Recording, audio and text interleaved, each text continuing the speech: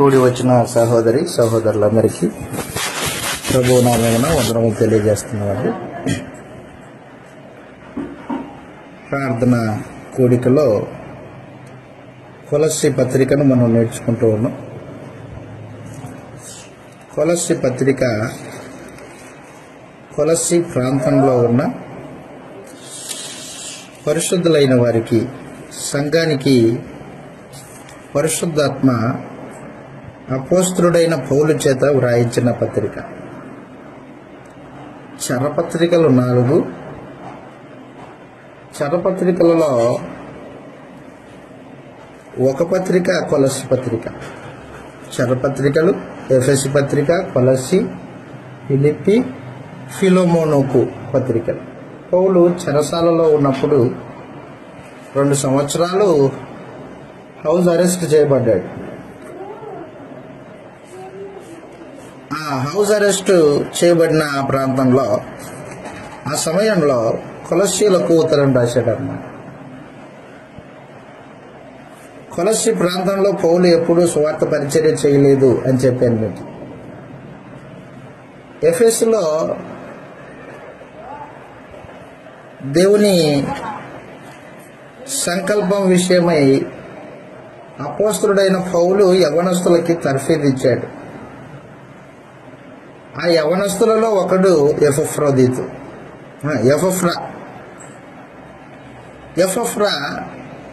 కొలస్సీ ప్రాంతానికి చెందినవాడు. ఎఫెసులో 2 సంవత్సరాల పాటు తర్ఫీదు తీసుకున్నాడు. అపోస్తలుడైన పౌలు ఒక తురన్ను అను పాఠశాలలో దేవుని శిలువ మరణము, క్రీస్తు ప్రభు యొక్క శిలువ మరణము, ఆయన సంకల్పము, ఈ జ్ఞానము నేర్పింపబడ్డాడు.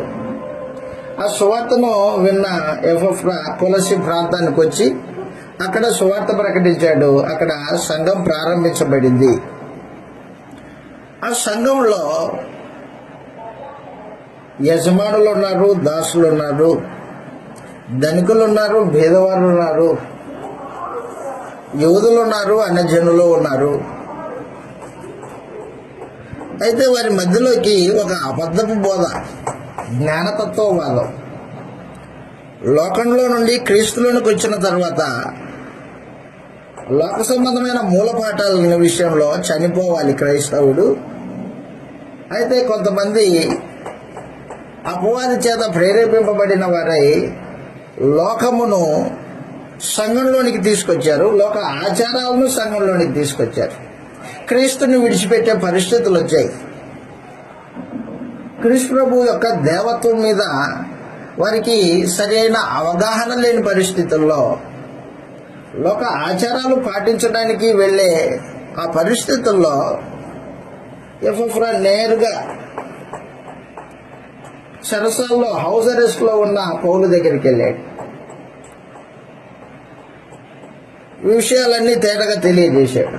ఇదిగో మా మధ్యలోకి ఒక జ్ఞానతత్వవాదం వచ్చింది, లోక ఆచారాలని, మూలపాఠాలని పాటించేది అది. దానివలన మేము ఇబ్బంది పడుతున్నాము, దాన్ని ఎలా ఎదుర్కోవాలో మాకు తెలియట్లేదు అని చెప్పినప్పుడు అప్పుడు పౌలు పరిశుద్ధాత్మ ప్రేరణ చేత ఈ పత్రిక రాశాడు అన్నమాట. ఈ పత్రికలో ప్రాముఖ్యంగా మనకు తెలిసినట్టు 4 అధ్యాయాలు ఉన్నాయి. కొలస్సీ పత్రిక 4 అధ్యాయాలు. ఈ 4 అధ్యాయాలు 2 భాగాలు. మొదటి భాగము క్రీస్తు ప్రభు యొక్క ఔన్నత్యం గురించి మాట్లాడాడు. క్రీస్తు ఔన్నత్యము,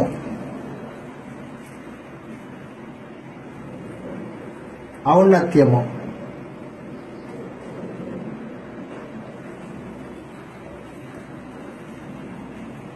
మొదటి 2 అధ్యాయాల్లో అపోస్తలుడైన పౌలు తెలియజేసిన సందేశం క్రీస్తు ప్రభు యొక్క ఔన్నత్యం.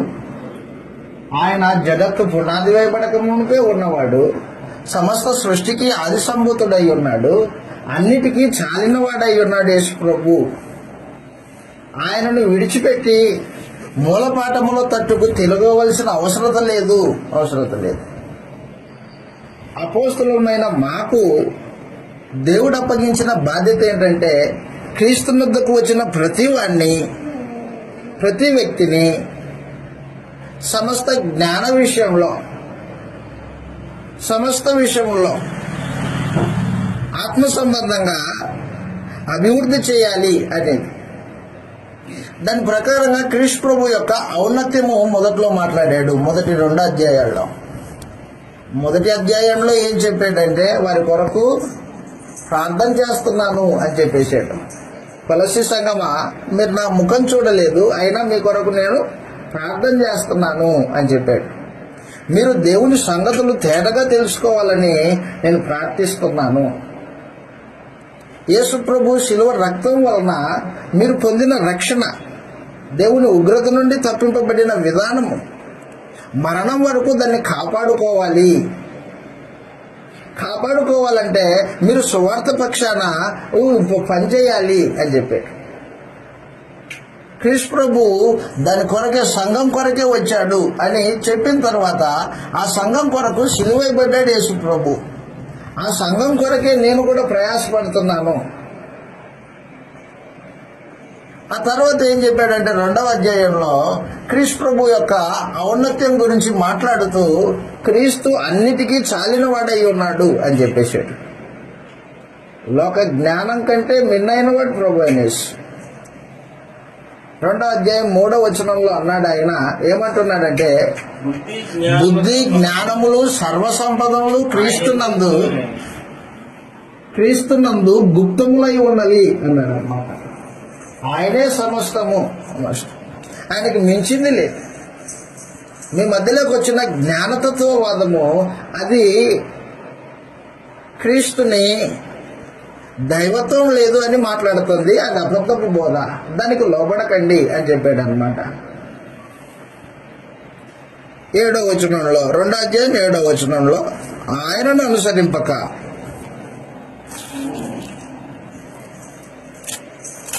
కొలస్సీలకు రాసిన పత్రిక 2వ అధ్యాయము, కొలస్సీలకు రాసిన పత్రిక 2వ అధ్యాయం 8వ వచనంలో, 6వ వచనంలో, కావున మీరు ప్రభు అయిన క్రీస్తు యేసును అంగీకరించిన విధముగా ఆయన యందు వేరు పారిన వారై ఇంటి వలె కట్టబడుచు మీరు నేర్చుకున్న ప్రకారముగా విశ్వాసమందు స్థిరపడి కృతజ్ఞతాస్తుతులు చెల్లించుట యందు విస్తరించుచు ఆయన యందు క్రీస్తునందు ఉండి నడుచుకొనుడి. ఆయనను అనుసరింపక మనుషుల పారంపర్య ఆచారములు, ఈ లోక సంబంధమైన మూలపాఠములను అనుసరించి మోసకరమైన నిరర్థక తత్వజ్ఞానం చేత మిమ్మల్ని చెరపట్టుకుని పోవాడు ఎవడైనా ఉండునేమోనని జాగ్రత్తగా చూసుకోండి. దేవత్వం యొక్క సర్వపరిపూర్ణత క్రీస్తునందు, శరీరమునందు క్రీస్తునందు నివసిస్తూ ఉంది అని చెప్పేసి అన్నమాట. క్రీస్తు ప్రభు దేవత్వం కలిగిన వాడు. దేవత్వము దేవుని యొక్క గుణలక్షణాలు. దేవత్వం అంటే దేవుని యొక్క గుణలక్షణాలు. సంపూర్ణంగా క్రీస్తు ప్రభులో దేవుని యొక్క గుణలక్షణాలు ఉన్నాయి. ఆయన దేవత్వాన్ని ప్రశ్నించడానికి అవకాశం లేదు అని చెప్పేసాడు అనమాట. దేవునికి ఏ గుణలక్షణాలు ఉన్నాయో అవే గుణ లక్షణాలు ప్రభు అయిన యేసుకున్నాయి. దేవుడు ఆది అంతం లేనివాడు, యేసు ప్రభు కూడా ఆది అంతం లేనివాడు. పుట్టుక చావులు దేవుడికి లేవు, యేసు ప్రభు కూడా లేవు. దేవత్వం కలిగిన వాడు అనమాట యేసు ప్రభు. కొత్తగా పుట్టింపబడిన వాడుగా. కొత్తగా పుడితే దేవత్వం ఉండదు అని మనం చెప్పుకున్నాం. కానీ జ్ఞానతత్వవాదులు ఏం చేశారంటే యేసు ప్రభు మరియ గర్భాన మాత్రమే పుట్టాడు కాబట్టి అప్పటి నుంచే ఉన్నవాడు, అంతకు ముందు లేడు. అంతకు ముందే ఉన్నవాడు. అపోస్తలులు ఇచ్చిన సాక్ష్యం. యేసు ప్రభు కూడా తన గురించి తనేం తెలియజేశాడు? అబ్రహాం పుట్టక మునిపే నేను ఉన్నాను అని చెప్పేశాడు. లోకం పుట్టక మునిపే తండ్రి నీ యొద్ద ఏ మహిమ ఉందో ఆ మహిమలో నన్ను ఇప్పుడు మహిమపరచు అని చెప్పాడు. యోహాను సువార్త 17వ అధ్యాయము 5వ వచనంలో. కాబట్టి యేసుప్రభు యొక్క దేవత్వము ప్రశ్నించడానికి వీలు కానిది. ఆయన దేవత్వం కలిగిన వాడు.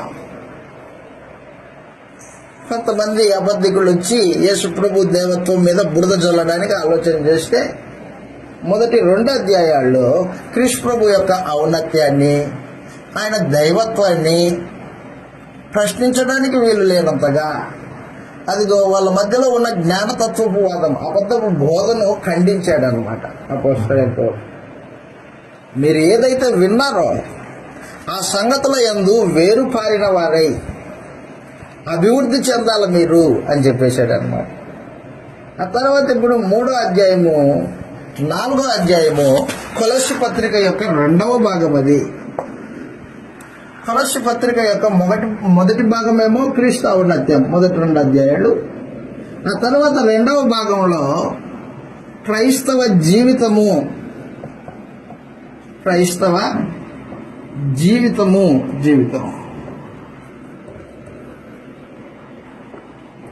3వ అధ్యాయము 4వ అధ్యాయంలో అపోస్తలుడైన పౌలు పరిశుద్ధాత్మ ప్రేరణతో తెలియజేశాడు అనమాట. క్రైస్తవ జీవితం ఎలాగుండాలి. ఇప్పుడు మనము 3వ అధ్యాయాన్ని నేర్చుకుంటాం. 3వ అధ్యాయము క్రైస్తవ జీవితమును గురించి ప్రాముఖ్యంగా తెలియజేస్తూ ఉంది. 3వ అధ్యాయంలో 4 భాగాలు ఉన్నాయి. 3వ అధ్యాయంలో 4 భాగాలు ఉన్నాయి. ఒక భాగము 3వ అధ్యాయము 1వ వచనం నుండి 4వ వచనం వరకు మొదటి భాగం అన్నమాట. 3వ అధ్యాయాన్ని విభజిస్తున్నాం మనం. 3వ అధ్యాయం 4 భాగాలు. 3వ అధ్యాయం 1వ వచనం నుండి 4వ వచనం వరకు పైనున్న వాటిని వెతకండి అని చెప్పేశాడు. పైనున్న వాటిని వెతకండి. ఎందుకు? మీరు క్రీస్తుతో పాటు చనిపోయారు, క్రీస్తుతో పాటు లేపబడ్డారు. క్రీస్తు ఈ లోక సంబంధి కాదు కదా, మీరు కూడా ఈ లోక సంబంధులు కాదు అని చెప్పారనమాట. పైనున్న వాటి మీద మనసు పెట్టుకోండి, పైనున్న వాటిని వెతకండి అని చెప్పాడు మొదటి భాగంలో. 2వ భాగము 5వ వచనం నుండి 3వ అధ్యాయము 5వ వచనం నుండి 11వ వచనం వరకు ఏం తెలియజేశాడంటే, పూర్వకాలము మీరు ఎలాగున్నారో, పూర్వకాలము అంటే క్రీస్తుని నమ్మకమునకు మీరు ఎలాగున్నారు. లోకస్తులాగా ధనాపేక్ష కలిగిన వారై విగ్రహారాధికులై ఉంటిరి. ఇప్పుడు పూర్వకాలంలో ఉన్న జీవిత విధానము అది చంపివేయబడింది క్రీస్తుతో పాటు. ఇప్పుడు ఏమై ఉన్నారు అని తెలియజేశాడు. పూర్వము ప్రస్తుతము అనే 2 జీవితాల యొక్క వ్యత్యాసాన్ని మాట్లాడాడు. పూర్వము ప్రస్తుతము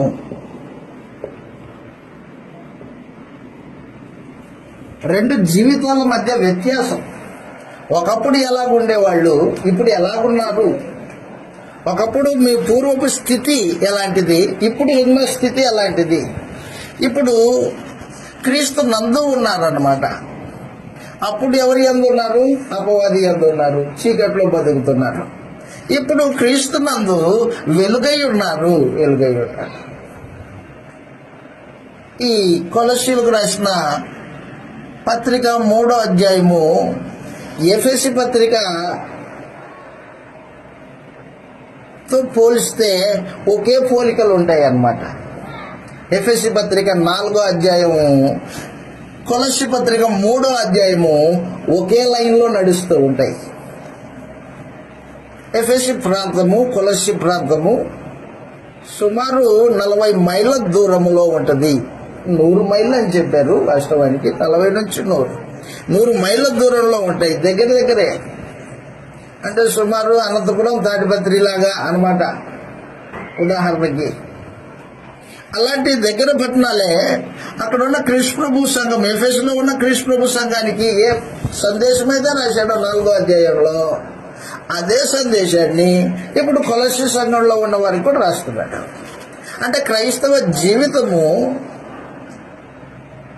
అపోస్తలులు రాసిన పత్రికలలో తేటగా తెలియజేశాడు అన్నమాట. దేవుడు తేటగా తెలియజేశాడు. కాబట్టి పూర్వం ఎలాగున్నారు, ప్రస్తుతం ఎలాగున్నారు అనేది కొలస్సీ పత్రిక 3వ అధ్యాయము 5వ వచనం నుండి 11వ వచనం వరకు తెలియజేశాడు. తర్వాత కొలస్సీ పత్రిక 3వ అధ్యాయము 12వ వచనం నుండి కొలస్సీ పత్రిక 3వ అధ్యాయం 12వ వచనం నుండి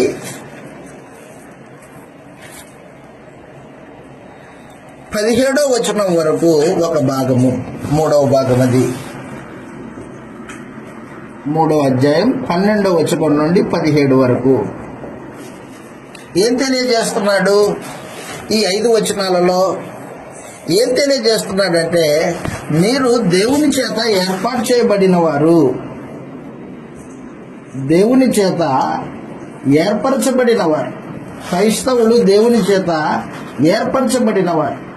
ఏర్పరచబడిన వారి జీవిత విధానము, వారి అంతరంగము, వారి స్వభావము ఎలాగుండాలో తెలియజేశాడు అన్నమాట. ఏర్పరచబడిన వారి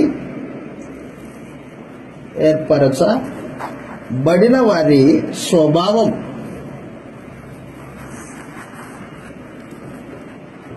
ఏర్పరచబడిన వారి స్వభావాన్ని తెలియజేశాడు. అంతరంగ స్వభావం.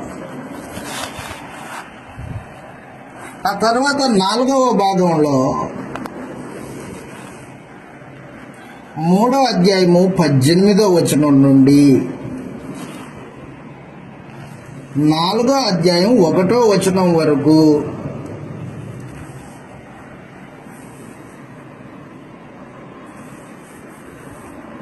కుటుంబంలో బాంధవ్యాలు, కుటుంబంలో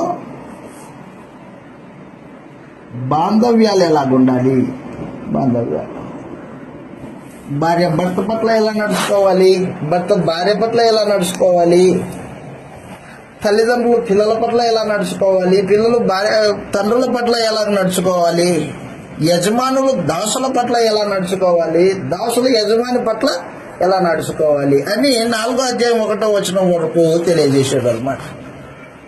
కాబట్టి మనము కొలస్సీ పత్రిక 3వ అధ్యాయాన్ని 4 భాగాలుగా విభజించాం.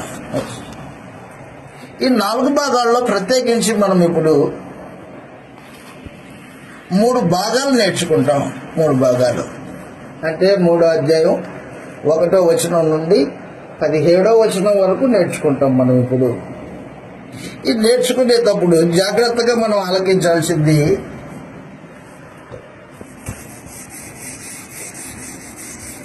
క్రైస్తవ జీవిత విధానాన్ని మనం అర్థం చేసుకోవాలి. క్రైస్తవ జీవితము మొట్టమొదటిగా క్రైస్తవ జీవితానికి ప్రధానమైనది ఏంటంటే, యేసు ప్రభువు నీ కోసం చనిపోయాడు, నీ పాపముల నిమిత్తమై సిలువైబడ్డాడు, నీవు కూడా ఆయనతో పాటు సిలువైబడ్డావు అనేది ప్రాథమికంగా నీవు అర్థం చేసుకోవాలి. దేవుడు ఆయనను 3వ దినమున తిరిగి లేపాడు, నిన్ను కూడా తిరిగి లేపాడు.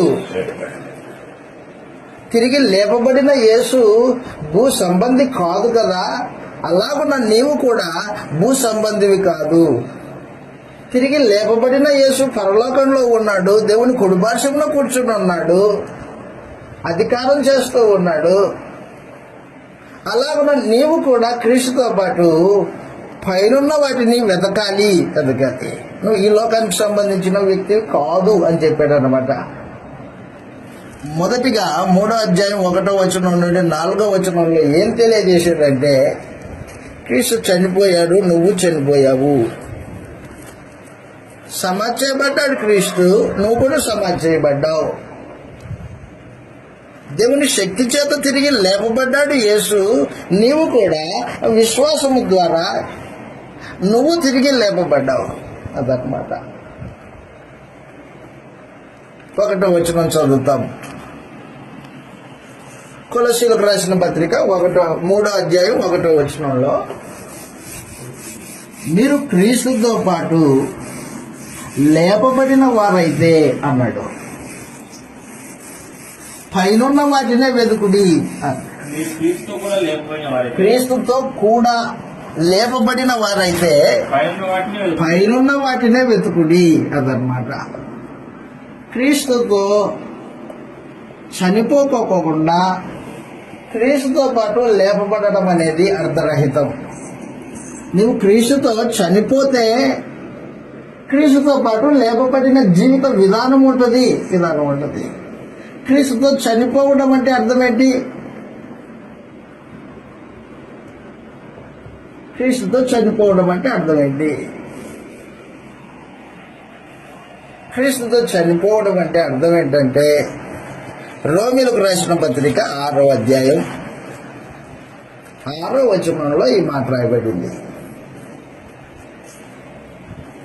క్రీస్తుతో చనిపోవడం అంటే అర్థం ఏంటి? మొదటిగా రోమపత్రిక 6వ అధ్యాయం 6వ వచనంలో చెబుతూ ఉన్నాడు ఇలాగూ, ఏమనగా మనమిక పాపమునకు దాసులము కాకుండానట్లు, పాప శరీరము నిరర్ధకమగునట్లు మన ప్రాచీన స్వభావము ఆయనతో కూడా సిలువ వేయబడినని ఎరుగుదుము. క్రీస్తుతో పాటు చనిపోవడం అంటే ఏంటంటే, ప్రాచీన స్వభావాన్ని సిలువేయడము. ప్రాచీన స్వభావం, పాత బుద్ధి. క్రీస్తు సిలువేయబడ్డాడు మన పాపముల కొరకు. మనం కూడా మన ప్రాచీన స్వభావాన్ని సిలువేశాము. క్రీస్తుతో పాటు చనిపోవడం అంటే శరీరము నిరర్ధకమయ్యింది అన్నాడు. ఏ శరీరం అది? పాపం చేసే శరీరము. పాపం చేసే శరీరము నిరర్ధకమయ్యింది. అర్థం లేనిదయ్యింది. ఇక మీదట పాపం చేయడానికి ఈ శరీరము పనికిరాదు అన్నమాట. చనిపోయింది, శరీరం చనిపోయింది. పాపం చేయలేదు ఇక మీదట శరీరం. యేసు ప్రభు శిలువ మీద చనిపోయాడు. చనిపోక మునుపు ఆయన అనేకమైన ప్రాంతాలకి దేవుని వాక్యాన్ని ప్రకటించాడు, సువార్తను ప్రకటించాడు, దేవుని రాజ్యమును గురించి ప్రకటించాడు, అద్భుతాలు చేశాడు. చనిపోక ముందు శిలువ మీద చనిపోయినప్పుడు అద్భుతాలు చేయడానికి అవకాశం లేదు యేసు ప్రభుకి. శిలువ మీద చనిపోయిన తర్వాత సువార్త ప్రకటించే అవకాశం లేదు. చనిపోయిన వాడు ఏం ప్రకటిస్తాడు? చనిపోయిన వాడు ప్రకటించే పరిస్థితులు లేవు. శిలువ మీద చనిపోయినప్పుడు యేసు ప్రభు యొక్క శరీరము పాపం చేయడానికి అవకాశం లేదు. మనుషుడు బ్రతికి ఉన్నంత కాలము శరీరము దాని యొక్క స్వభావాన్ని బట్టి ఏం చేస్తుంటదంటే పాపమునకు లాగుతూ ఉంటుంది. ఓ పక్క బతికున్నవాడు శరీరంలో ఉన్నంత కాలము పాపానికి లాగుతూ ఉంటుంది. చనిపోయిన వాని శరీరము వాని పాపానికి లాగలేదు. ఉదాహరణకి ఒకడు బతికున్నాడు. బతికున్నవాడు ఏం చేస్తున్నాడంటే బాగా మందు తాగుతున్నాడు. మందు తాగే అలవాటు ఉంది, పాపం చేస్తున్నాడు. చనిపోయాడు. వాడి శరీరం పక్కన ఉంది, శవము పక్కన బాటిల్ తెచ్చిపెట్టు. తాగుతాడా? వాసన పీలుస్తాడా? ఏమైంది? శరీరము నిరర్ధకమైంది అన్నమాట. అది ఒకప్పుడు పాపం చేసిన వాడే బతికున్నప్పుడు, ఇప్పుడు ఏం చేస్తున్నాడు? పక్కనే ఉంది మందు సీసా, కానీ తాగలేడు. ఏమైంది? శరీరము నిరర్ధకమైంది అన్నమాట. అర్థం లేనిదైంది. శరీరము బతికి ఉన్నంత కాలము పాపానికి లాగుతూ ఉంటుంది. అయితే క్రైస్తవుడు క్రీస్తుతో పాటు చనిపోయిన వాడు శరీరము నిరర్ధకం చేయబడింది. పాపం చేయడానికి అవయవాలు పనికిరావు అన్నమాట. బాప్తిస్మంలో నీ శరీరము పాపం చేయడానికి అవకాశం లేనంతగా దాన్ని చంపాలి అన్నాడు అనమాట. నీ స్వభావాన్ని చంపేయాలి, అది పాత బుద్ధి. క్రీస్తుతో పాటు చనిపోవడం అంటే నీ ప్రాచీన స్వభావాన్ని సిలువేయడం. నీ శరీరము పాపం చేయడానికి పరిగెత్తే శరీరము ఇక మీదట పాపం చేయడానికి ఈ శరీరం పని చేయదు, చచ్చిపోయింది. అది క్రీస్తుతో పాటు చనిపోవడం అంటే. బాప్తిజం పొందిన తర్వాత కూడా మనుషుడు తన ప్రాచీన స్వభావము వెంటబడుతుంది అనుకో, అలాగే తప్పు చేస్తున్నాడు అనుకో, వాడి శరీరము నిరర్ధకం కాలేదు. వాడు క్రీస్తుతో పాటు చనిపోలేదు. క్రీస్తుతో పాటు చనిపోయిన వారికి సంబంధించింది కొలస్సీ పత్రిక 3వ అధ్యాయం 1వ వచనం నుండి 4వ వచనం సమాచారం. క్రీస్తుతో పాటు చనిపోకుండా క్రీస్తుతో పాటు లేపబడిన జీవిత విధానాన్ని నువ్వు అర్థం చేసుకోలేవు. అదనమాట. చచ్చిపోకుండా పాపము ప్రాచీన స్వభావాన్ని సిలివేయకోకుండా నీ శరీరము పాపం విషయంలో నిరర్ధకం కాకోకుండా క్రీస్తుతో పాటు లేపబడడం అంటే ఏంటో నీకు అర్థం కాదు. అది నీ జీవితానుభవం కాదు. ఒకనికి ఆకలి అవుతుంది, అన్నం తినలేదు, ఆకలి అవుతుంది.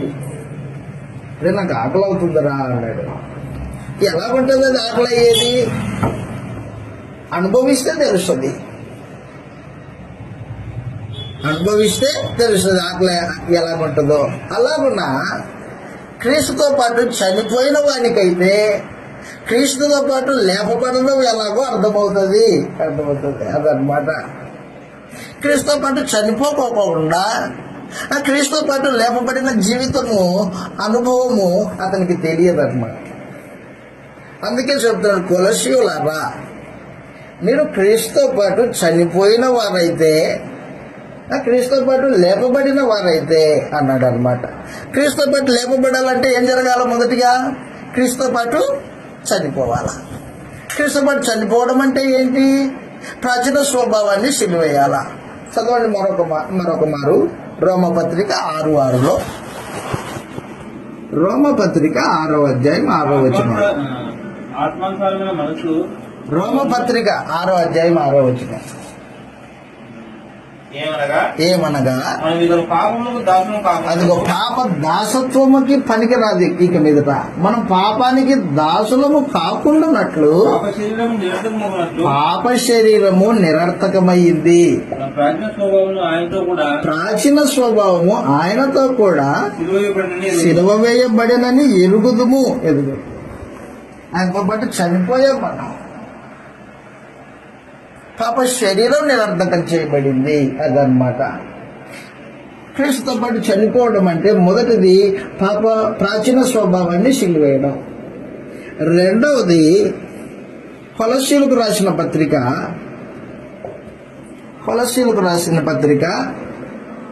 2వ అధ్యాయము 20వ వచనంలో ఈ మాట రాయబడింది.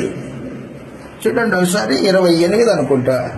28 కొలస్సీ 2వ అధ్యాయం 28వ వచనంలో, 2వ అధ్యాయము 23 క్షమించండి.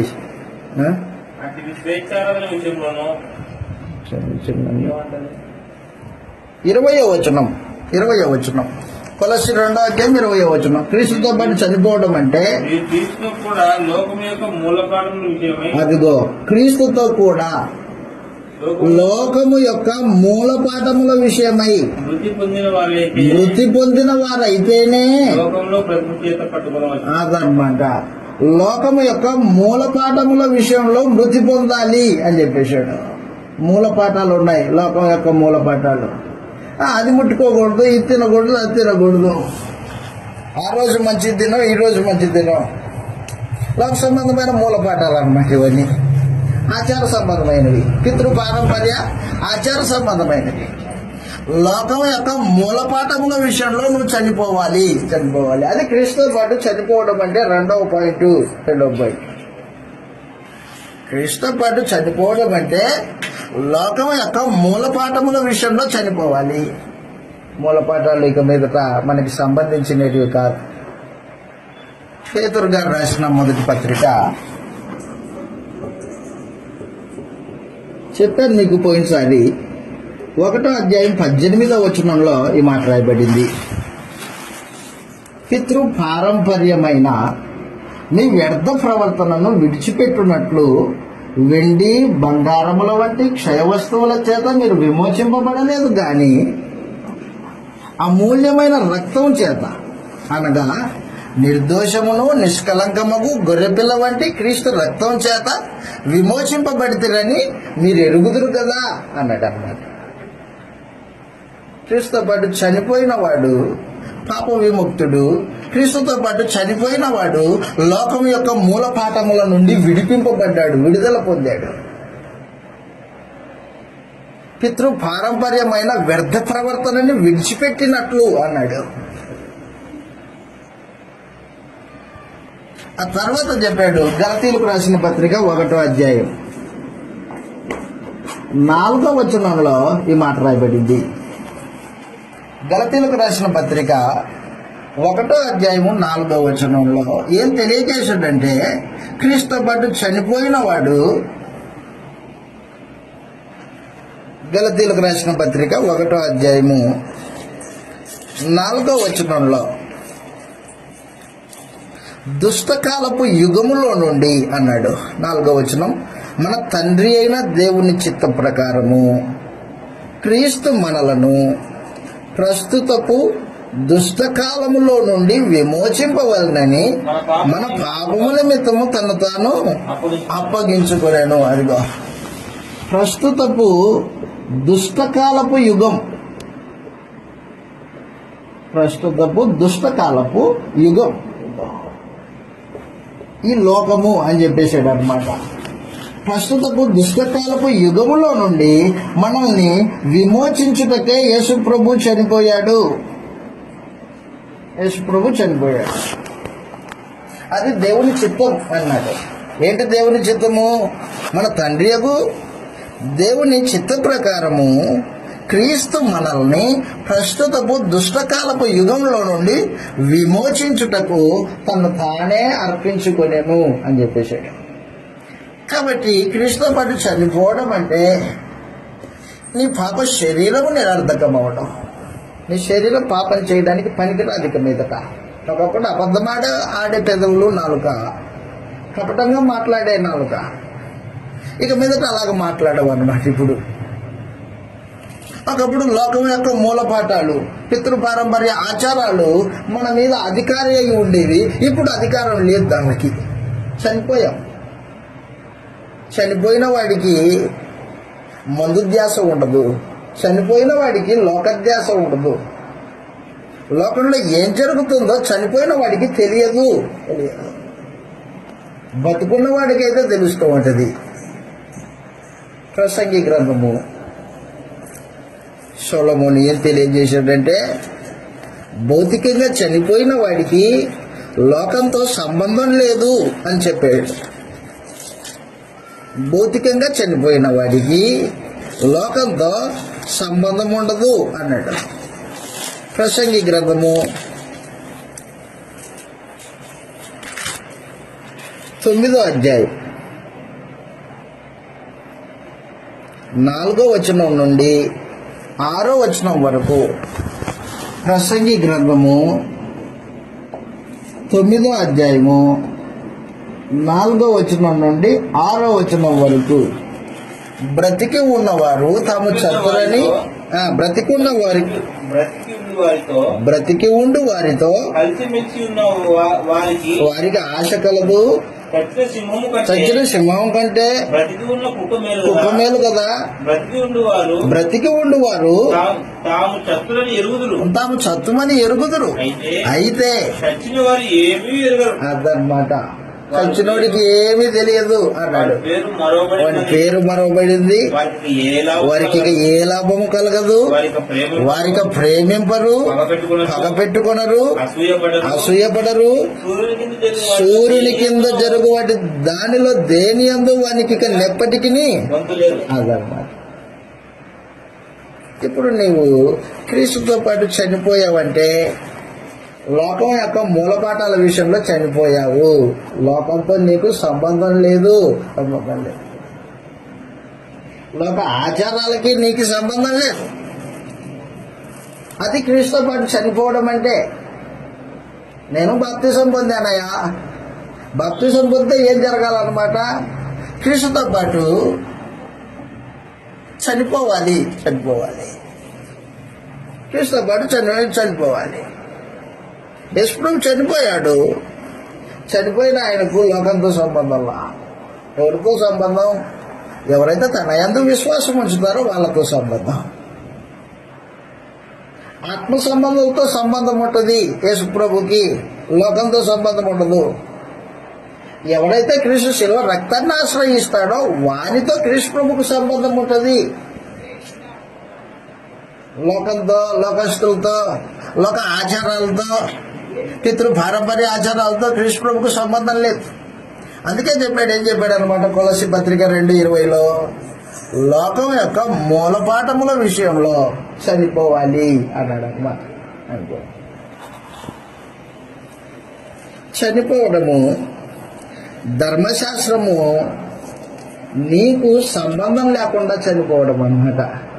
క్రీస్తుతో చనిపోవడం అంటే ధర్మశాస్త్రంతో నీకు సంబంధం లేదు. వీటి మీదట క్రీస్తుతో పాటు చనిపోవడం అంటే మూడవది ధర్మశాస్త్రము పాత నిబంధనతో నీకు పొత్తు లేదు, సంబంధం లేదు. మూడవది క్రీస్తుతో పాటు చనిపోవడం అంటే అర్థం ఏంటంటే ధర్మశాస్త్రం నుండి, ధర్మశాస్త్రపు విషయంలో ఆజ్ఞలలో చనిపోవడం. ధర్మశాస్త్రము విషయమై చనిపోవడం. ధర్మశాస్త్రపు విషయమై చనిపోవడం. ధర్మశాస్త్రం విషయమై చనిపోయాడు. ధర్మశాస్త్రానికి ఒక క్రైస్తవునికి సంబంధం లేదన్నమాట. చదువుతాం ఇలాగూ గలతీయులకు రాసిన పత్రిక. అపోస్తలుడైన పౌలు క్రీస్తుతో పాటు చనిపోవడం అంటే ధర్మశాస్త్రానికి సంబంధం లేదు అని చెప్పేశాడు. సంబంధం లేకుండా తెంపివేయబడ్డాయి. గలతీయులకు రాసిన పత్రిక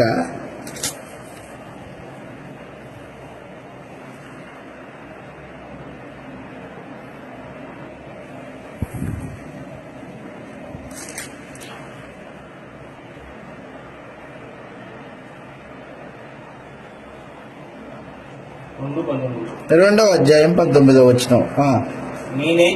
నేనైతే దేవుని విషయమై జీవించు నిమిత్తము ధర్మశాస్త్రం వలన అదిగో ధర్మశాస్త్రం విషయమై చచ్చిన వాడనైతిని. అదిగో ధర్మశాస్త్రం విషయమై చనిపోయాను నేను అని చెప్పేశాడు అనమాట. 2:19 గలతీ పత్రిక 2వ అధ్యాయం 19వ వచనంలో. కాబట్టి క్రీస్తుతో పాటు చనిపోవడం అంటే ధర్మశాస్త్రం విషయంలో చనిపోవడం. ధర్మశాస్త్రం మన మీద పెత్తనం చేయడానికి లేదు, దానికి మనకి సంబంధం లేదు అనమాటది. చనిపోవడం అంటే అర్థం ఏంటంటే వేరవడం, సంబంధం లేకోకుండా వేరవడం, చనిపోవడం. భౌతికంగా మనిషి చచ్చిపోయాడంటే అతని శరీరంలో నుండి ఆత్మ వేరైపోయింది. ఎప్పుడైతే వేరైపోయిందో ఈ శరీరాన్ని తీసుకెళ్లి మట్టిలో పెడతారు, ఆత్మ వెళ్ళిపోయింది. వేరు చేయబడము. మరణం అంటే అర్థం ఏంటి? వేరు కావడం అంతే. ఎవరెవరు వేరయ్యారు? శరీరం, ఆత్మ వేరై. నువ్వు క్రీస్తుతో పాటు చనిపోయావంటే క్రీస్తు ధర్మశాస్త్రం విషయంలో ఆయన చనిపోయిన వాడై ఉన్నాడు. ధర్మశాస్త్రం అతని మీద, యేసుప్రభు మీద పెత్తనం చేయలేదు ఇక మీదట. ఎందుకు? చనిపోయిన వాడి మీద ధర్మశాస్త్రం అధికారం ఏముంటుంది? యూదుడు కాబట్టి బతికి ఉంటే ధర్మశాస్త్రానికి లోబడాలా. చనిపోయిన వాడి మీద ధర్మశాస్త్రం పెత్తనం చేయలేదు. అలాగనే పౌలు ఏమంటున్నాడంటే, ఇప్పుడు గల్తీలకు రాస్తూ, గల్తీలారా నేను ధర్మశాస్త్రం విషయమై చనిపోయిన వాడును అదనమాట. కాబట్టి క్రీస్తుతో పాటు చనిపోవడం అంటే మూడవది ధర్మశాస్త్రం విషయంలో చనిపోవడము. ధర్మశాస్త్రం పాటించేది కాదు. కానీ ఈ రోజున అనేక మంది పండుగలు చేసేవాళ్ళు, కొంతమంది ధర్మశాస్త్ర సంబంధంగా వాయిద్యాలు దావీదు వాయించాడు కదా, నేను వాయిస్తానంటాడు. ధర్మశాస్త్రంలో ఉంది కదా, బైబిల్ అంతా దేవుని మాటే అంటాడు. నిబంధన తెలియదు నీకు, గుడ్డోడివి. నిబంధన తెలిస్తే నీకు అర్థమవుతుంది. ధర్మశాస్త్రానికి మనకు సంబంధం లేకోకుండా క్రీస్తు ప్రభు మనల్ని విమోచించాడు అనమాట. కొలస్సీలకు రాసిన పత్రిక 2వ అధ్యాయంలో మనం ఈ విషయాన్ని చదివాం. మరొకసారి చదువుతాం. కొలస్సీ పత్రిక 2వ అధ్యాయము 12వ వచనంలో క్రీస్తు ప్రభు ధర్మశాస్త్ర సంబంధమైన ఆజ్ఞలు మన మీద రుణంగాను, మీరు బాప్తిస్మమందు ఆయనతో కూడా పాత పెట్టబడిన వారై ఆయనను మృతులలో నుండి లేపిన దేవుని ప్రభావము, దేవుని శక్తి యందు విశ్వాసముంచుట చేత ఆయనతో కూడా లేచితిరి. మరియు అపరాధములు చేయుట వలనను శరీరమందు సున్నతి పొందక ఉండుట వలనను మనము మృతులై ఉండగా వ్రాతరూపకమైన ఆజ్ఞల వలన మన మీద రుణముగాను మనకు విరోధముగాను ఉండిన పత్రమును మేకులతో సిలువకు కొట్టి దాని మీద చేవరాతను తుడిసివేసి అడ్డం లేకుండా ఎత్తేసి క్షమించి ఆయనతో కూడా జీవింపజేసడం అదన్నమాట. కాబట్టి కొలస్సీయులారా, మీరు క్రీస్తుతో పాటు లేపబడ్డారు అన్నాడు. లేపబడడం అంటే మీకు అర్థమైందో లేదో, క్రీస్తుతో పాటు చనిపోతేనే లేపబడతావు. క్రీస్తుతో పాటు చనిపోవడం అంటే ప్రాచీన స్వభావాన్ని సిలివేయడం. 2, లోక ఆచారాల విషయంలో చనిపోవడము. 3, ధర్మశాస్త్రం విషయంలో చనిపోవడము. 4, క్రీస్తుతో పాటు చనిపోవడం అంటే అర్థం ఏంటంటే లోకానికి నీకు సంబంధం లేదు. లోకస్తుల యొక్క జీవిత విధానం వేరే, నీ జీవిత విధానము వేరే అదన్నమాట. మూర్ఖులకు ఈ తరం వారికి వేరై రక్షణ పొందుడి అని చెప్పేశాడు. లోకంతో సంబంధం లేదు. క్రీస్తుతో పాటు చనిపోవడం. 4వది లోకంతో సంబంధం లేకుండా ఉండడం. లోకము వేరే, నీవు వేరే.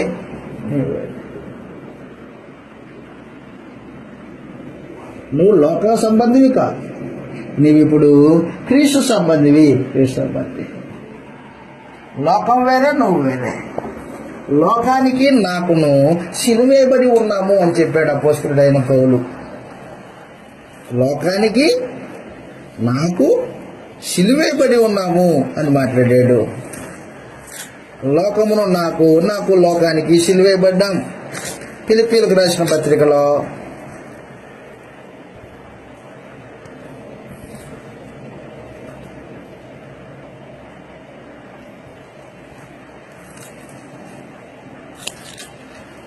క్షమించండి, రామపత్రిక 6వ అధ్యాయంలో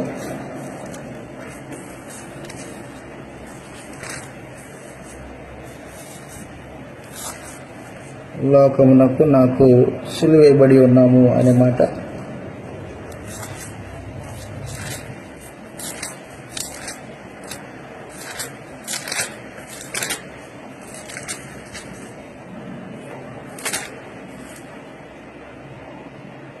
అందుకే యోహాన్ గారు కూడా ఏమంటున్నారంటే లోకమును ప్రేమించకుడి అని చెప్పేశాడు.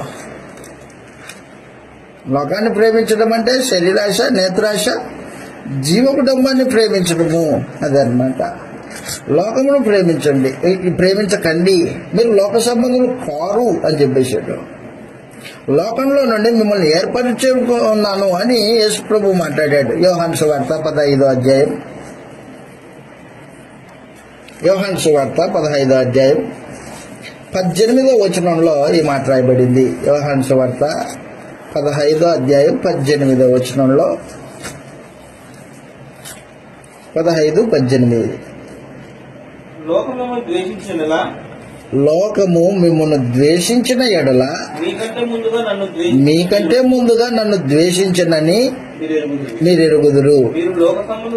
అదిగో మీరు లోక సంబంధులైన ఎడల లోకము తన వారిని స్నేహిస్తుంది, అయితే మీరు లోక సంబంధులు కాదు. లోక సంబంధులు కాదు.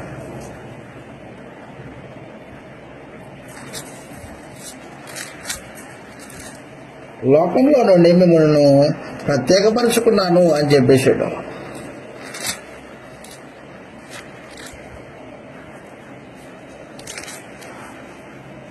కాబట్టి క్రీస్తుతో పాటు చనిపోవడం అంటే ఆయనతో పాటు పాప విషయంలో పాప శరీరం నిరర్థకమైంది, ప్రాచీన స్వభావం చనిపోయింది, సిలువేయబడింది.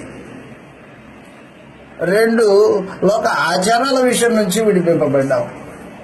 3 ధర్మశాస్త్రం విషయమై చనిపోయావు. 4 లోకానికి నీకు సంబంధం లేనట్టు క్రీస్తుతో పాటు చనిపోయావు. ఎవరైతే ఇదిగో ఈ 4 కండిషన్స్ అప్లై అయ్యాయో, ఎప్పుడైతే క్రీస్తుతో పాటు చనిపోయావో అప్పుడు క్రీస్తుతో పాటు లేపబడడానికి అవకాశం. కొలస్సీయులారా, మీరు సువార్తను నమ్మి సువార్త యందు విశ్వాసం ఉంచుట చేత దేవుడు మిమ్మును క్రీస్తుతో పాటు బ్రతికించాడు. కొలస్సీయులకు రాసిన పత్రిక 3వ అధ్యాయం 1వ వచనంలో, 3వ అధ్యాయం 1వ వచనంలో మీరు క్రీస్తుతో పాటు లేపబడిన వారైతే, అదిగో క్రీస్తుతో పాటు చనిపోయిన వారు క్రీస్తుతో పాటు లేపబడ్డారు. క్రీస్తుతో పాటు లేపబడ్డారు. క్రీస్తుతో పాటు లేపబడిన వారిని దేవుడు క్రీస్తుతో పాటు పరలోకంలో కూర్చుండబెట్టాడు. ఎవరైతే క్రీస్తుతో పాటు లేచారో వారిని క్రీస్తుని ఎక్కడ కూర్చుండబెట్టాడో అక్కడ కూర్చుండబెట్టాడు దేవుడు. ఎఫెసీ పత్రిక 2వ అధ్యాయం. క్రీస్తుతో పాటు లేపబడిన వారు క్రీస్తుతో పాటు కూర్చున్నారు. ఎక్కడ కూర్చున్నారు? పరలోకంలో. ఎఫెసీ పత్రిక 2వ అధ్యాయము 8 నుంచి చదువుతాం. మీరు విశ్వాసం ద్వారా కృపచేతనే రక్షింపబడి ఉన్నారు. ఇది మీ వలన కలిగినది కాదు, దేవుని వరమే. అది క్రియల వలన కలిగింది కాదు, కాబట్టి ఎవడు అతిశయపడ వీలు లేదు.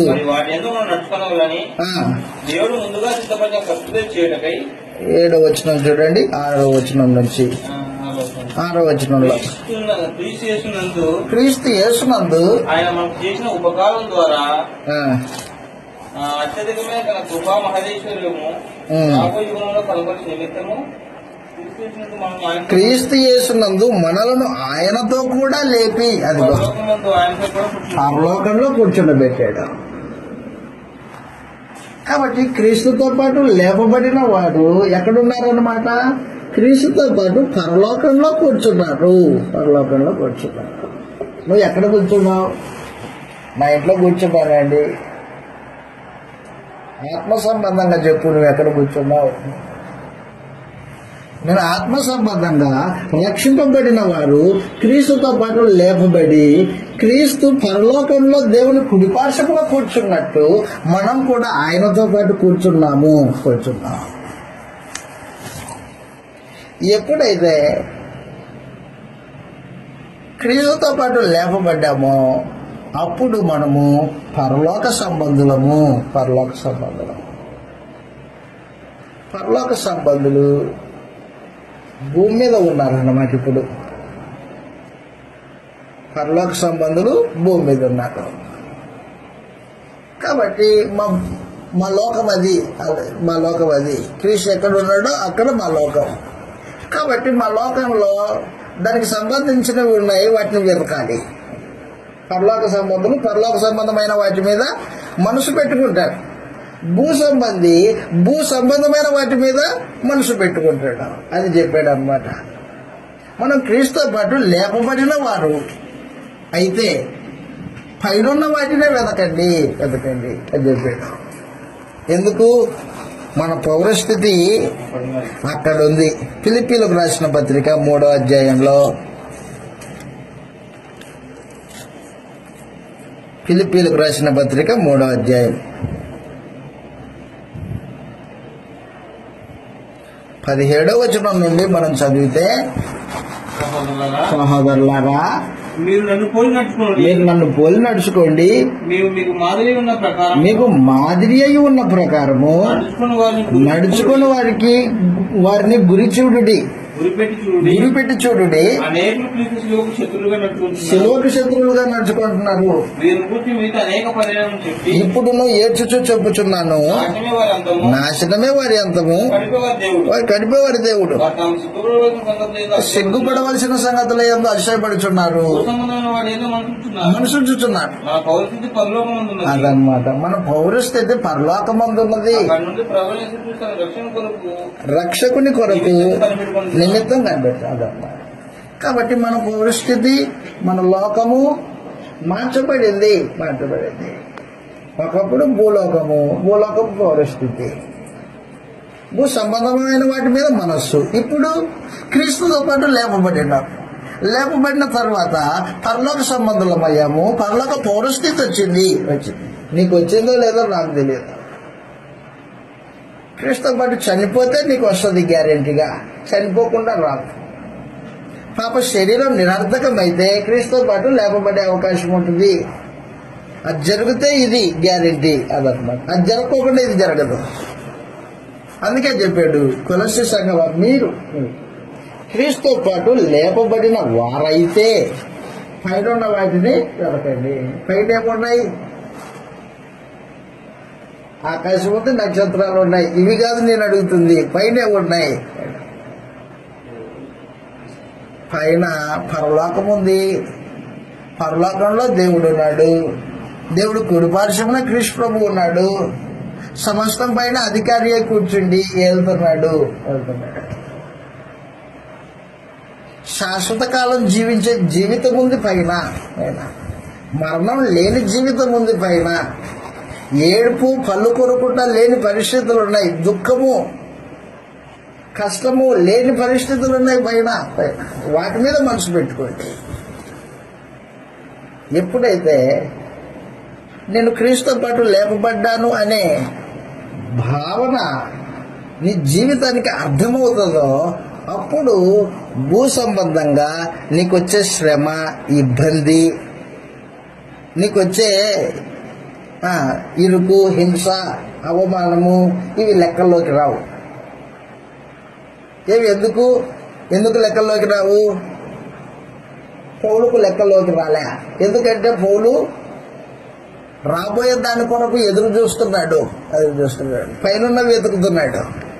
అందుకే ఇది పెద్ద శ్రమ అనిపించట్లా. కొండతో కొడుతున్నారు, ఒకటి తక్కువ 40 దెబ్బలు కొట్టారు 3 సార్లు. అంత శ్రమ అనుభవించాడు. అయినా కూడా అదేం పెద్దది కాదులే అనుకున్నాడు. అదేం పెద్దది కాదంటున్నావు ఏంటి? పడ్డ దెబ్బ మామూలు దెబ్బనా? చర్మం చీల్చుకొని వస్తుంది, మామూలుగా వాత పడదు. ఆ మాటకు వస్తే రోమ సైనికులు కఠోరమైన మనుషులు. వాళ్ళు ఒకటి తక్కువ 40 దెబ్బలు ముమ్మారు తిన్నాడు.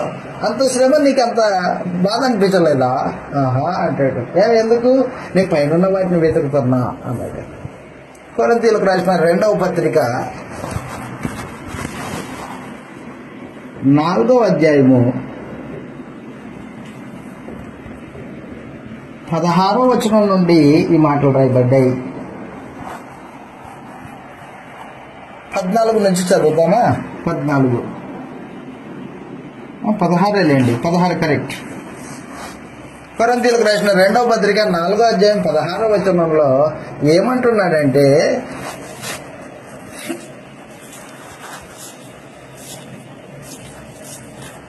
కొరింథీయులకు రాసిన 2వ పత్రిక 4:16లో, కావున మేము అధైర్యపడము, మా బాహ్య పురుషుడు అదిగో బాహ్య పురుషుడు అంటే శరీరం కృషించిపోతూ ఉన్నను, ఆంతర్య పురుషుడు దినదినము నూతనపరచబడుతున్నాడు. మేము దృశ్యమైన వాటిని చూడట్లే, భూమి మీద ఉన్న వాటి మీద మనసు పెట్టుకోలేదు మేము అంటున్నాడు. నేను దృశ్యమైన వాటిని చూడక అదృశ్యమైన వాటిని నిదానించి చూస్తున్నాం. కాబట్టి క్షణమాత్రం ఉంటది ఈ సులకన భారము, ఈ శ్రమ ఎంతసేపు ఉంటదంటే క్షణమాత్రమేనంట. చులకని శ్రమ మా కొరకు అంతకంతకు ఎక్కువ మహిమా భారమును కలగజేయుచున్నది. మేము మహిమలోకి వెళ్తాం. నిత్యమైన మహిమా భారమును కలగజేయుచు ఉన్నది. ఏలయనగా దృశ్యమైన ఆ సూత్రం తెలిసినోడు అనమాట. క్రీస్తుతో పాటు లేపబడిన వాడికి ఒక ఆత్మ సంబంధమైన సూత్రము ఎరుగును. ఏంటి ఆత్మ సంబంధమైన సూత్రం? భూ సంబంధం కనిపించేటివి నిత్యము ఉండవు. కనిపించని ఉన్నాయే అవి నిత్యం ఉంటాయి. కాబట్టి అపోస్తలుడైన పౌలు ఏమంటున్నాడంటే, కొద్దిసేపు ఉంటుంది కదా, ఈ శరీరంలో ఉన్నంతసేపే కదా ఈ హింస, ఈ బాధ. శరీరాన్ని విడిచిపెడితే నిత్యమైన మహిమ ఉంది మా కోసం. అదృశ్యమైనది, విశ్వాసంతో చూస్తే కనిపించేది అది. అందుకని క్రీస్తు ప్రభు గురించి మాట్లాడితే ఏమంటున్నా, క్రైస్తవుల గురించి మాట్లాడితే ఏమంటున్నాడంటే, క్రీస్తుతో పాటు లేపబడిన వారైతే మీరు పైనున్న వాటినే వెతకండి. వెతికితే కనిపిస్తాయా? కనిపిస్తాయి. ఏ కన్నులతో వెతకాలి? భౌతికమైన కన్నులతో వెతికితే కనిపించేవి కదా అవి. మనోనేత్రాలు విశ్వాసంతో చూడాలి.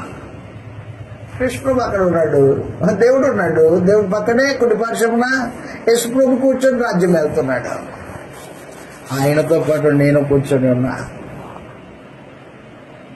శరీరంలో ఉన్నంతసేపు నాకు ఆయనకి కొంచెం దూరం ఉందే గాని ఈ శరీరాన్ని విడిచిపెడితే ఆయనతో పాటు ఉంటాను సంపూర్ణంగా. ఆత్మ సంబంధమైన సూత్రము, జీవిత విధానము ఆ అనుభవమై ఉంటుంది. కొరింథీయులకు రాసిన 2వ పత్రిక 4వ అధ్యాయంలో ఉన్నాం కదా మనం. ఇప్పుడు పక్క అధ్యాయంలో చెబుతున్నాడు, 5వ అధ్యాయం. ఈ నివాసం శిథిలమైపోయిన చేతి పని కాక దేవుని చేత కట్టబడినది నిత్యమైనది ఎరుగుదువా? క్రీస్తుతో పాటు లేపబడితే ఎరుగుతావు, లేపబడకపోతే నీకు తెలియదు. అది చెప్తున్నాడు. నిత్యమైన నివాసము పరలోకమందు మనకున్నదని ఎరుగుదుము. మనం దిగంబరులం కాక వస్త్రం ధరించుకుని వారముగా కనబడదుము. కాబట్టి పరలోకము నుండి వచ్చు మన నివాసము ఈ శిథిలమైపోయే దేహం దీనిపైన ధరించుకున్న అపేక్షించుతూ, అపేక్ష అంటే కోరిక, దీనిలో ములుగుచూ ఉన్నాము. ఈ గుడారంలో ఉన్న మనము అదిగో శరీరంలో ఉన్నంతసేపు నీకు భారం ఉంటది. పాపం చేయకోకుండా ఉండడం ఒక భారము, నీతిగా బ్రతకడం ఒక భారము.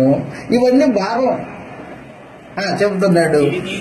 ఇది తీసివేయబడవలనని కాదు, కానీ మర్త్యమైనది అంటే నాశనమయ్యేది, మట్టిలో కలిసిపోయేది, మరణించేది అని అర్థం. మర్త్యమైనదంటే మర్త్యమైనది జీవము చేత మృంగివేయబడినట్టు ఆ నివాసం దీనిపైన ధరించుకొని కోరుచున్నాము. దీని నిమిత్తము మనల్ని సిద్ధపరిచిన వాడు దేవుడే, మరియు మనకు అనుగ్రహించి వచ్చున్నాడు. వెలుచూపు వలన కాక అదిగో విశ్వాసంతో నడుస్తాడు. క్రీస్తు పాటు లేపబడిన వాడు విశ్వాసంతో నడుస్తాడు. ప్రస్తుతం నాకేముందో నాకేం లేదో, ప్రస్తుతం ఏమి లేకపోయినా నా అవసరతలు తీర్చే తండ్రి ఉన్నాడు నాకు, విశ్వాసం అన్నమాట. ఉద్యోగం లేదు, బ్యాంక్ బ్యాలెన్స్ లేదు నాకు. ఆ మాటకు వస్తే ఒక ఆయన డబ్బులు అడిగాడు, తమ్ముడు ఏమైనా ఉంటే ఈ తమ్ముడు అన్నాడు. లేదన్నా నా అకౌంట్లో 600 ఉంది అని చెప్పాడు. నేను ఏం లేదు, ఖాళీ, పర్స్ ఖాళీ. ప్రస్తుతం భౌతికంగా ఏమి లేకపోయినా అవసరతలు తీర్చబడుతూ ఉంటాయి. పరలోకపు తండ్రి అవసరతలు తీర్చడానికి బద్ధుడై ఉన్నాడు, బాధ్యుడై ఉన్నాడు. ఆయన గ్యారెంటీ ఇచ్చాడు, నీ అవసరతలు నా బాధ్యత అన్నాడు. యేసు ప్రభు కూడా వాగ్దానం చేశాడు, ఏమని? మొదట ఆయన రాజ్యాన్ని, ఆయన నీతిని వెతకండి, అప్పుడు అవన్నీ మీకు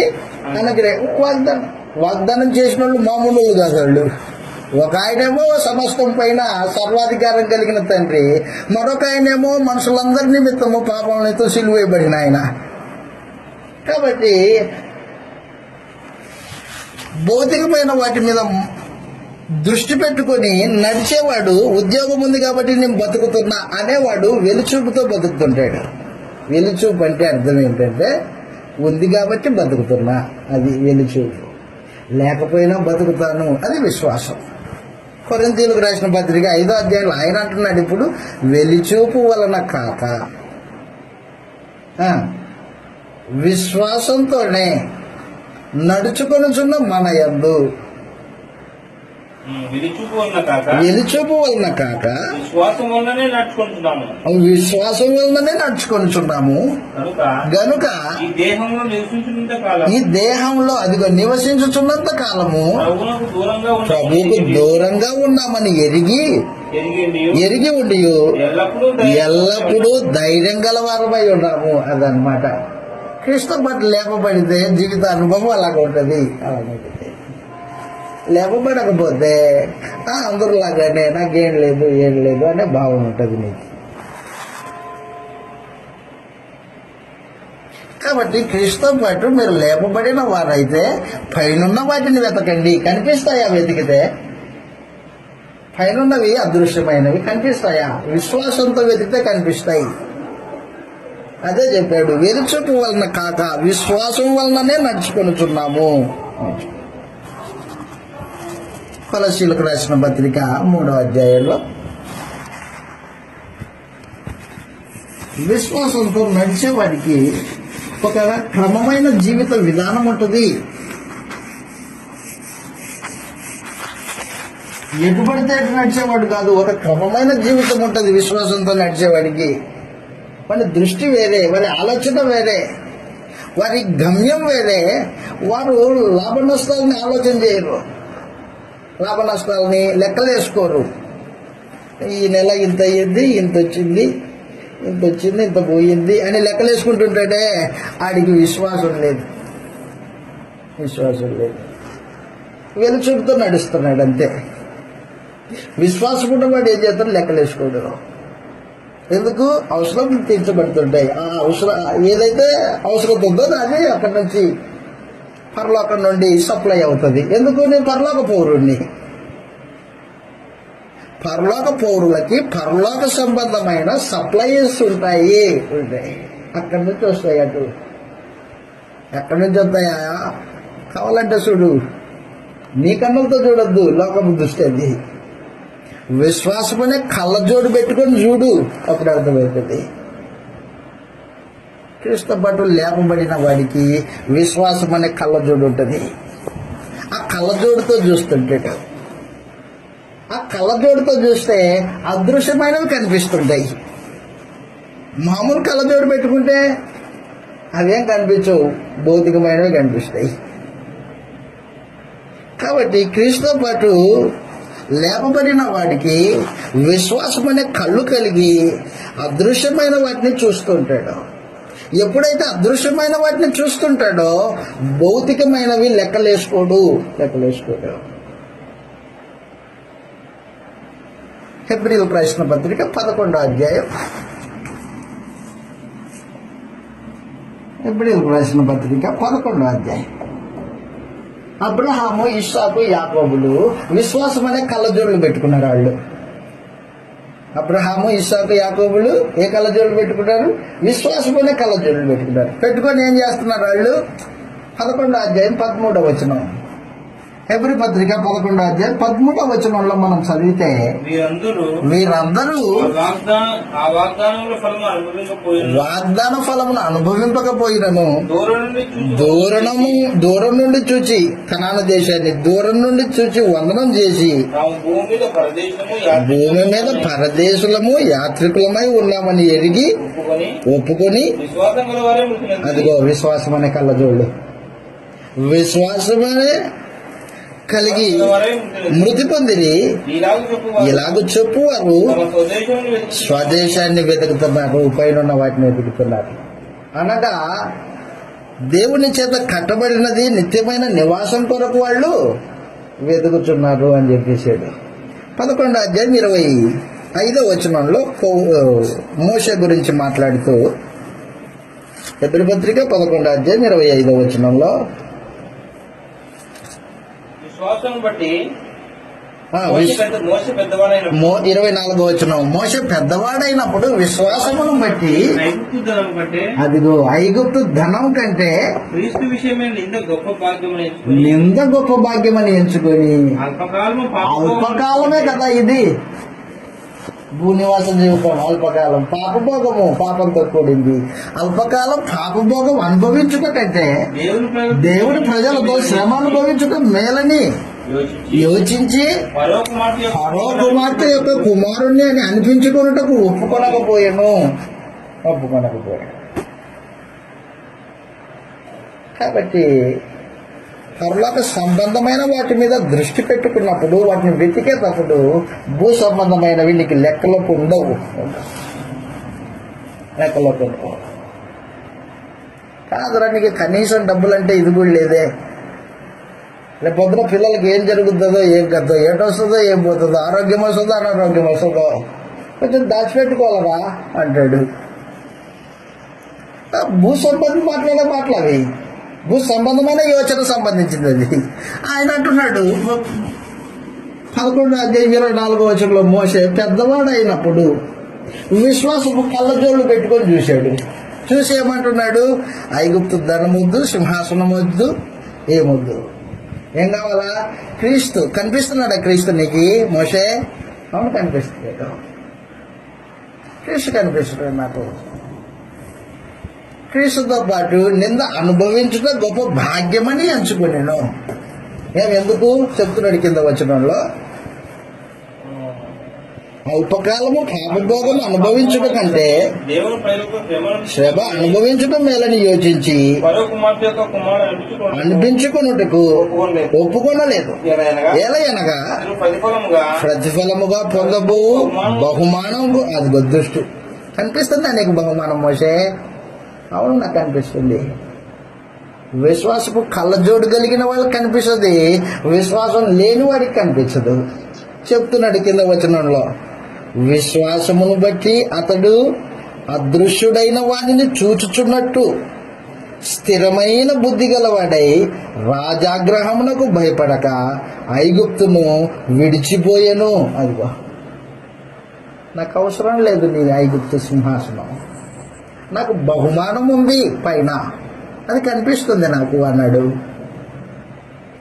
విశ్వాసమును బట్టి అదృశ్యుడైన వారిని చూచుచున్నట్టు స్థిరబుద్ధి అదనమాట.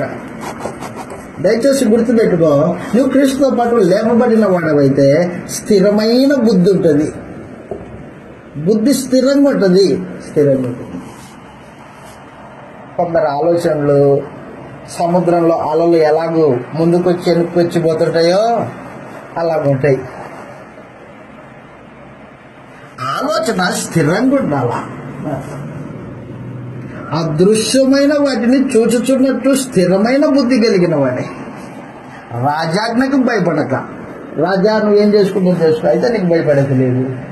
ఒకప్పుడు భయపడ్డాడు, ఐగుప్తుని చంపినప్పుడు భయపడ్డాడు, అయ్యో రాజు చంపుతాడు నన్ను అని పారిపోయాడు. రాజాజ్ఞకు భయపడక అన్నాడు. భయపడలా. కాబట్టి క్రీస్తుతో పాటు లేపబడిన వారి జీవిత అనుభవము స్థిరమైన బుద్ధి కలిగిన వాడై పరలోక సంబంధమైన వాటి మీద దృష్టి పెట్టుకొని విశ్వాసంతో నడుస్తూ ఉంటాడు. పైరున్న వాటిని వెతుకుతుంటాడు. కనిపిస్తున్నాయి నీకు? నాకు కనిపిస్తున్నాయి అంటాడు. మరి నాకేంటి కనిపించట్లేదు? లోక సంబంధమైన వాటిల్లో మనసు పెట్టుకొని జీవితాన్ని కొనసాగించే వాడికి పరలోక సంబంధమైనవి కనిపించవు. ఒక రోజున ఎలీషాని, ప్రవక్త అయిన ఎలీషాని పట్టుకోవడానికి సిరియా రాజు సైన్యాన్ని పంపించాడు. సైన్యం విపరీతమైన రథాలు. ఎవరిని పట్టుకోవడానికి? ఎలీషాని పట్టుకోవడానికి చుట్టూ రథాలు వచ్చాయి, విస్తారమైన రథాలు. ఎలీషా పక్కనే ప్రవక్తగా అవ్వడానికి శిష్యత్వం పొందుతున్నాడు ఒక వ్యక్తి. ఆ రోజున ప్రవక్తలు శిష్యుల్ని తయారు చేసేవాళ్ళు. అలాంటి వాళ్ళు ఒక శిష్యుడు నిలబడి చూస్తున్నాడు. చూస్తుంటే రథాలు వస్తూ ఉన్నాయి. ఎలీషాతో చెప్పాడు, రథాలు వస్తున్నాయండి నిన్ను పట్టుకోవడానికి అన్నాడు. రథాలు వస్తున్నాయి అన్నాడు. అప్పుడు ఎలీషా అన్నాడు, నీ కన్నులు తెరిచి చూడు అన్నాడు. అవునా, నా కన్నులు తెరిచే చూస్తున్నా, రథాలు కనిపిస్తున్నాయి నాకు. సిరియా రథాలు, శత్రు రథాలు వస్తున్నాయి నిన్ను పట్టుకోవడానికి. అప్పుడు ఎలీషా ప్రార్థన చేశాడు, దేవా వీని కన్నులు తెరుసు అన్నాడు.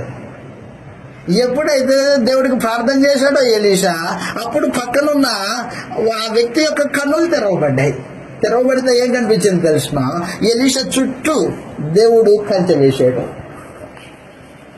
అగ్ని. అర్థమవుతుందా నీకు? కాబట్టి విశ్వాసపు కన్నులతో చూచేది ఒక ఎత్తు, వెలుచూపుతో చూచేది మరొక ఎత్తు. లోక సంబంధి అయిన వాడు, ఇదిగో ఈ ఉద్యోగం ఉంది కాబట్టి బతుకుతున్నాను, 30,000 వస్తుంది కాబట్టి జీవితం సాఫీగా సాగిపోతుంది, భార్య పిల్లలు కుటుంబం, ఏదో తోచినప్పుడు దేవునికి కానుక అంతో ఇంతో. వెలుచూపది విశ్వాసంతో చూసేవాడు ఏం జరిగినా కానీ ఇప్పుడు అవసరం ఉందా, అవసరం తగ్గట్టు దేవుడు దయచేస్తాడనే విశ్వాసం. అందుకే చెప్పాడు, అదృశ్యమైన వాటిని చూచుచున్నట్టు స్థిర బుద్ధి కలిగిన వాడే. అది క్రైస్తవ జీవితం. క్రీస్తుతో పాటు లేపబడిన వాడి జీవితం. 3 సంగతులు చెబుదాం అనుకున్నాము, ఒక సంగతికే ముగించుకుంటున్నాం మనం ఇప్పుడు. కొలస్సీలకు రాసిన పత్రిక 3వ అధ్యాయం 1వ వచనం నుండి ముగించుకుందాం మనం. 4 వచనాలు చదివి మరలా వచ్చినప్పుడు ఆ సంగతుల గురించి మాట్లాడదాం. టైం అయిపోయింది. కొలస్సీలకు రాసిన పత్రిక 3వ అధ్యాయం 1వ వచనం నుండి 3వ అధ్యాయం 1 నుంచి 4 వరకు. క్రీస్తుతో పాటు మీరు లేపబడిన వారైతే, పైనున్న వాటినే వెతుకుడి, అక్కడ క్రీస్తు దేవుని కుడిపార్శ్వమున కూర్చొని ఉన్నాడు. పైనున్న వాటి మీదనే గాని భూ సంబంధమైన వాటి మీద మనసు పెట్టకుడి. ఎలయనగా మీరు చనిపోయారు, మీ జీవము క్రీస్తుతో పాటు దేవుని యందు దాచబడి ఉంది. మీకు జీవం ఉంది, ఆ జీవం క్రీస్తులో దాచబడింది. మీకు జీవమై ఉన్న క్రీస్తు ప్రత్యక్షమైనప్పుడు మీరు కూడా మహిమయంలో క్రీస్తు ప్రత్యక్షమవుతాడు. క్రీస్తు ప్రత్యక్షమైనప్పుడు మీ జీవం ప్రత్యక్షమవుతుంది. క్రీస్తు మహిమలో ఉంటాడు, మీరు మహిమలో ఉంటారు. క్రీస్తు ప్రత్యక్షత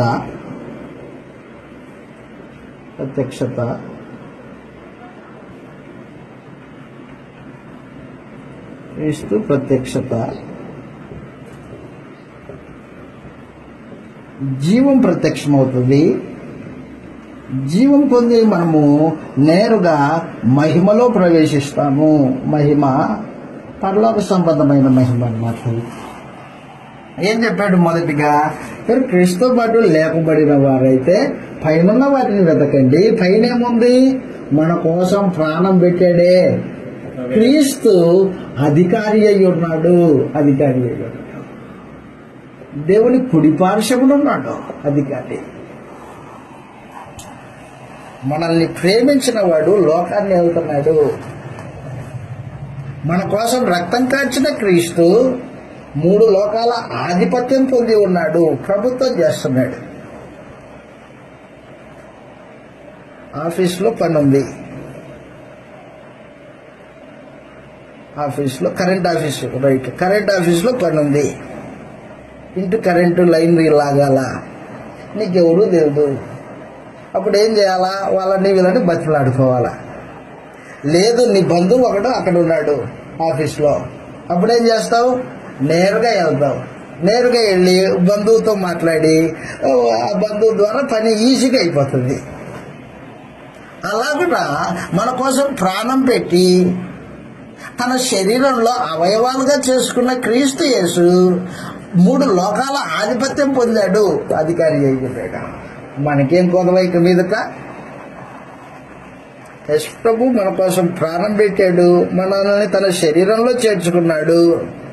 మనల్ని కాస్తున్నాడు. మనల్ని పోషిస్తున్నాడు. అంతమాత్రమే కాదు, మన కొరకు విజ్ఞాపన కూడా తండ్రి ఎదుట చేస్తున్నాడు. యాజకత్వం చేస్తున్నాడు. అలాంటి ఆయన ఉన్నాడు పైన. మనకేం ఇబ్బంది? ఇక మీదట ఇబ్బంది లేదు. చెప్పాడు, క్రీస్తు పరలోకమందు దేవుని కుడిపార్శ్వమున ఆసీనుడై ఉన్నాడు. మనల్ని ప్రేమిస్తున్నవాడు మన కొరకు అక్కడ ఉన్నాడు. ఆయన వైపు చూస్తే విశ్వాసంతో పని జరిగిపోతుంది. ఇక్కడ విశ్వాసంతో యేసు ప్రభు వైపు చూస్తే పని జరుగుతుంది. శోధనని జయించవచ్చు, పాపాన్ని జయించవచ్చు, లోకాన్ని జయించవచ్చు, మరణాన్ని జయించవచ్చు. ఆయన వైపు చూస్తే అదనమాట. క్రీస్తు పైన ఉన్నాడు. ఆ తర్వాత చెప్పాడు, మీ మనస్సు పైన వాటి మీద పెట్టుకోండి అన్నాడు అన్నమాట. నీ మనస్సు ఎక్కడ ఉంటుందో, మనస్సుకి మరొక పర్యాయ పదము హృదయము అని కొన్ని చోట్ల తెలియజేయబడింది. మనస్సుకి పర్యాయ పదము కొన్ని చోట్ల హృదయము. నీ మనస్సు ఏమి తలంచుతుందో అవి భూ సంబంధమైనవైతే నీవు క్రీస్తుకు వ్యతిరేకమై ఉంటావు. అదే పరలోక సంబంధమైనవైతే క్రీస్తుతో పాటు ఉంటావు. మనం చనిపోయాము. 3వది చనిపోయాము. ఆత్మ సంబంధి అయిన వాడి మనస్సు పైన వాటిని వెతుకుతుంటది. కీర్తనకారుడు ఇలాగన్నాడు, కొండల తట్టున కన్నులు ఎత్తుచున్నాడు అన్నాడు. కొండల దగ్గర నుంచి ఏమవుతుందయా? సహాయం ఎటు నుంచి వస్తుంది? దేవుడి యొద్ద నుండి వస్తుంది. అదన్నమాట. రాజులను నమ్ముకున్నట కంటే యెహోవాను ఆశ్రయించటం లేదు. అదన్నమాట. మనుషుని నమ్ముకున్నట కంటే దేవుని యందు విశ్వాసం ఉంచటం లేదు. అక్కడి నుంచి వస్తుంది నేరుగా. కాబట్టి నీ మనస్సు దేని మీద ఉంది? పైన వాటి మీదనా, భూ సంబంధమైన వాటి మీదనా? భూ సంబంధమైన వాటి మీద మనసు పెట్టుకున్నవాడు శరీర సంబంధమైన వాటి మీద మనసు పెట్టుకుని ఉంటాడు. శరీరాన్ని అనుసరించేవాడు లోక సంబంధి అయి ఉంటాడు. లోక సంబంధి ప్రకృతి సంబంధికి దేవుడు లేడు. భౌతికమైన వాడు. సైన్స్ రా అంటాడు, భౌతికమైన వాటి మీద మనసు పెట్టుకుంటాడు. అలాంటి వాడు లేపబడిన వాడు కాదు. పరలోక సంబంధమైన వాటి మీద మనసు పెట్టుకున్న వాళ్ళు లేపబడిన వారు. ఆ తర్వాత చనిపోయాము అని చెప్పేశాడు. లోకం విషయం మనం ఏమైపోయాం? చనిపోయిన వాడు పైన వాటిని వెతుకుతాడు. చెప్పాను కదా, చనిపోయిన వాడికి భూ సంబంధమైన వాటిలో ఏ వంతు ఉండదు. ఏ వంతు ఉండదు, ఏ పాలు ఉండదు అన్నాడు ప్రసంగి. భౌతికంగా చెప్పాడు అనుకో ఆయన. అయితే ఆత్మ సంబంధంగా మనకు లోకంతో సంబంధం లేదు. లోకానికి మనము సిలువేయబడ్డాము. ఆ తర్వాత చెప్పాడు, జీవము క్రీస్తు దగ్గర దాచబడి ఉంది. జీవము ఆత్మ సంబంధమైనది. ప్రాణము ఎలాగో, శరీరానికి ప్రాణము ఎంత విలువైందో ఆత్మకు జీవం అంత విలువైంది. జీవం లేకపోతే దైవ సహవాసం ఉండదు. ఆ జీవం ఎక్కడుంది? ఆయనలో జీవం ఉండెను అన్నాడు యోహాను సువార్త 1వ అధ్యాయంలో. అది మనుషులకు వెలుగై ఉండెను అని చెప్పేసి. కాబట్టి జీవం క్రీస్తు దగ్గర ఉంది. క్రీస్తు నందు విశ్వాసం ఉంచిన వారి జీవము క్రీస్తు దగ్గర దాచిపెట్టబడింది. ఆయన ప్రత్యక్షమవుతాడు. ప్రత్యక్షమైనప్పుడు మన జీవం ప్రత్యక్షమవుతుంది. ఆయనతో పాటు మహిమ పొందుతాము. కాబట్టి మీరు పైన వాటిని వెతకండి. కొలసీయులారా, పైన వాటిని వెతకండి. మీరు క్రీస్తుబడి చనిపోయారు అంటే లేపబడిన మీరు పైన వాటిని వెతకండి. అక్కడ క్రీస్తు దేవుని కుడిపార్శ్వన కూర్చొని ఉన్నాడు.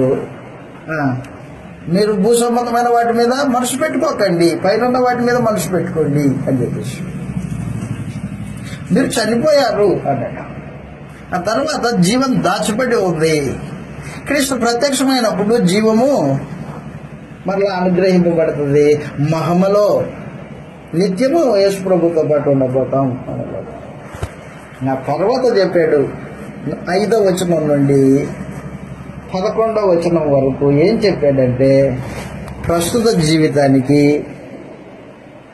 పూర్వపు జీవితానికి వ్యత్యాసం మాట్లాడాడు అనమాట. వ్యత్యాసం మరలా వచ్చినప్పుడు ఆ సంగతులు మనం ఆలోచన చేస్తాం. ఓపికతో విన్న మీ అందరికీ ప్రభునామమున వందనాలు తెలియజేస్తూ ఉన్నా.